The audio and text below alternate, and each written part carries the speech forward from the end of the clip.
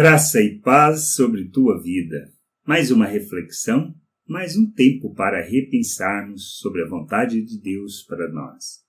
Entendermos os processos de Deus, entendermos como as coisas acontecem e refletirmos e aprendermos a viver segundo a vontade do Pai, sendo expressão. Por isso precisamos refletir sobre a tentação de Jesus. E a gente precisa entender o passo a passo, cada situação, refletir um pouco sobre o processo todo para que a gente não caia nas ciladas do diabo, mas como Cristo possamos refletir e responder segundo a palavra de Deus. Mas antes precisamos entender que, sem o conhecimento das Escrituras, dificilmente seremos capazes de resistir ao diabo. Pois antes de mais nada precisamos nos submeter a Deus. Se submetermos a Deus, conhecermos a sua vontade, somos capacitados e habilitados pelo poder e autoridade do Espírito Santo para resistir ao diabo. E precisamos aprender sobre isso. Por isso Jesus, depois de ser batizado, ele foi enviado ao deserto pelo Espírito, e a gente vê este processo todo. Lá em Lucas, no capítulo 4, a partir do verso 1, diz assim: Jesus, cheio do Espírito Santo, voltou do Jordão e foi guiado pelo mesmo Espírito no deserto. Durante 40 dias, sendo tentado pelo diabo, nada comeu naqueles dias, ao fim dos quais teve fome. E a partir daí, no 3, diz assim: Disse-lhe então o diabo: Se és o Filho de Deus, manda que esta pedra se transforme em pão. Mas Jesus respondeu: Está escrito, não só de pão viverá o homem. E elevando-o, mostrou-lhe num momento todos os reinos do mundo. Disse-lhe o diabo: Dar-te-ei toda essa autoridade e a glória destes reinos, porque ela me foi entregue e a dou a quem eu quiser. Portanto, se prostrado me adorares, toda será tua. Mas Jesus lhe respondeu: Está escrito, ao Senhor teu Deus adorarás e só a ele darás culto. E então o levou a Jerusalém e o colocou sobre o pináculo do templo e disse-lhe: Se és o Filho de Deus, atira-te daqui abaixo, porque está escrito: Ao Senhor, aos seus anjos ordenará a teu respeito que te guardem, e eles te sustentarão nas tuas mãos, para não tropeçares em alguma pedra. Respondeu-lhe Jesus: Dito está, não tentarás o Senhor teu Deus. O que nós precisamos entender? Primeiramente, todo o processo, quando nós compreendemos, somos guiados pelo Espírito. 40 dias para ouvir, para compreender a vontade de Deus e entender a vontade de Deus. Teve fome. O que fez? Resolveu o problema? Não. Jesus não resolveu o seu problema.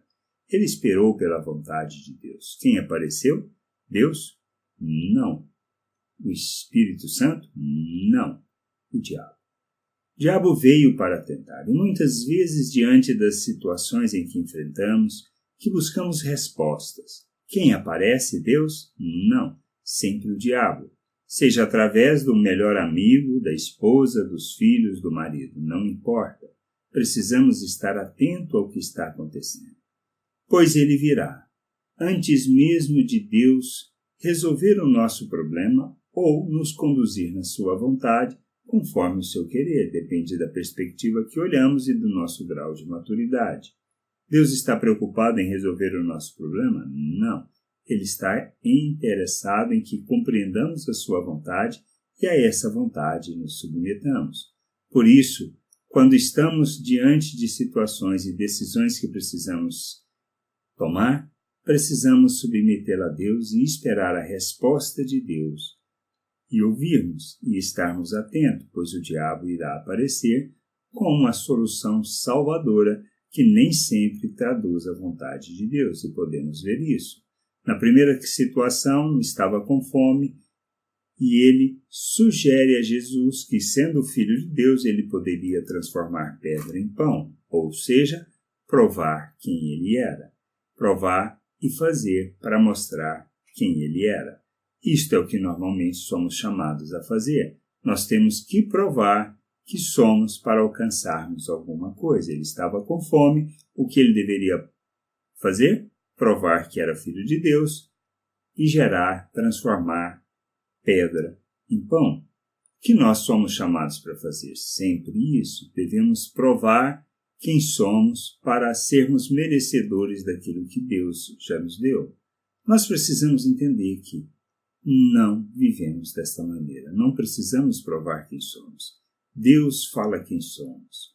Deus fala acerca de nossas vidas, da sua obra realizada em nosso favor, e nós não precisamos provar para ninguém, e nem mesmo para o diabo, e muito menos para nós mesmos, que somos filhos de Deus. Temos o poder e a autoridade para cumprir e realizar a vontade do Pai. Mas entendemos que por sermos quem somos, por sermos quem Ele falou que nós somos, nós podemos viver segundo essa perspectiva e não na expectativa de ter o reconhecimento por isso. Este é um aspecto muito importante, pois muitas vezes, diante da necessidade, nós queremos provar quem nós somos. E isso não nos conduzirá na vontade do Pai. Essas questões que a gente precisa entender. Bom, depois disto, qual é o outro tipo de tentação que nos sobrevém? A necessidade do poder, de reconhecimento que temos o poder. E nós lutamos pelo poder e pela autoridade, pelo domínio. E isto não é da vontade do Pai. Ele nos deu a autoridade e o poder para vivermos como os seus filhos, para revelarmos os seus filhos, não para estarmos acima de qualquer coisa, de qualquer pessoa, e de achar que isso é algo que merecemos, pois não é. Mas o diabo, ele oferece a Jesus o reino do mundo, ou seja, o poder deste mundo. Muitas vezes é o que buscamos, é o que queremos, o poder deste mundo. Queremos estar de forma a ser destacado e a recebermos das pessoas a honra pelo poder que revelamos. Ou seja, buscamos na realidade o poder deste mundo, mas não é este poder que Deus nos concede. Não é para isso que Ele nos chama, não é pelo reconhecimento do mundo, mas é para sermos simplesmente expressão de quem Ele é neste mundo. Ele nos revestiu de poder e autoridade para revelarmos o seu reino e sua vontade, e não para nós nos subjugarmos ao poder, à cobiça deste mundo.